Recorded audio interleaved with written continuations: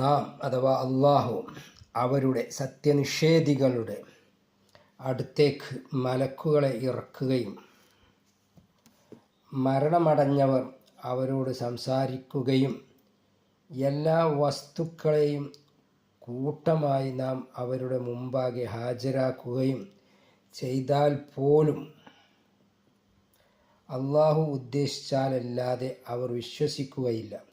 എന്നാൽ അവരിൽ അധിക പേരും സത്യവിശ്വാസത്തെപ്പറ്റി വിവരമില്ലാത്തവരാണ്. വിശുദ്ധ ഖുർആനിലെ 6-ാമത്തെ അധ്യായം 111 ആയത്ത്. എന്തെങ്കിലും ദൃഷ്ടാന്തം കാണിച്ചു തന്നാൽ തങ്ങൾ വിശ്വസിക്കാമെന്നാണല്ലോ സത്യനിഷേധികൾ പറയുന്നത്.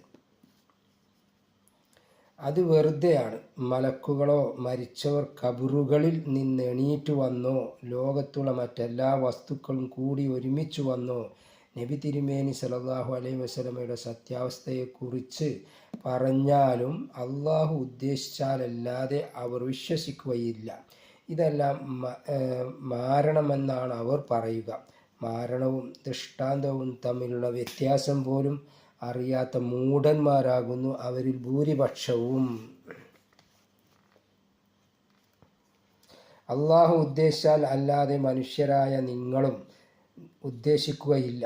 അള്ളാഹു സർവജ്ഞനും തന്ത്രജ്ഞനുമാണ്. വിശുദ്ധ ഖുർആൻ 76:30. താൻ ഉദ്ദേശിക്കുന്നവരെ അവൻ തൻ്റെ കാരുണ്യത്തിൽ പ്രവേശിപ്പിക്കും.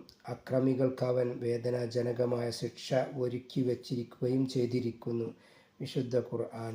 അള്ളാഹു ഉദ്ദേശിച്ചെങ്കിൽ മാത്രമേ മനുഷ്യന് ഏതൊരു കാര്യവും ഉദ്ദേശിക്കാനും അതനുസരിച്ച് പ്രവർത്തിക്കാനും സാധിക്കുകയുള്ളൂ. എന്നാൽ സന്മാർഗം പ്രാപിക്കാൻ അർഹൻ ആരാണെന്നും അർഹതയില്ലാത്തവർ ആരാണെന്നും അള്ളാഹുവിനറിയാം. അവൻ ഉദ്ദേശിക്കുന്നവരെ അള്ളാഹു തൻ്റെ കാരുണ്യമായ സന്മാർഗത്തിൽ പ്രവേശിപ്പിക്കും. അക്രമികളായ ജനതക്കവൻ വേദനാജനകമായ ശിക്ഷ നൽകുകയും ചെയ്യും. എന്നാൽ നിങ്ങൾ വിളയിറക്കുന്നതിനെപ്പറ്റി നിങ്ങൾ ചിന്തിച്ചിട്ടുണ്ടോ?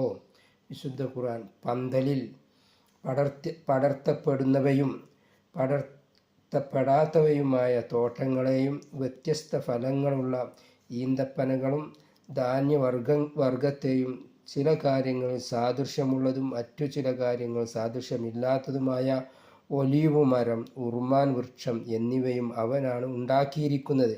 അവൻ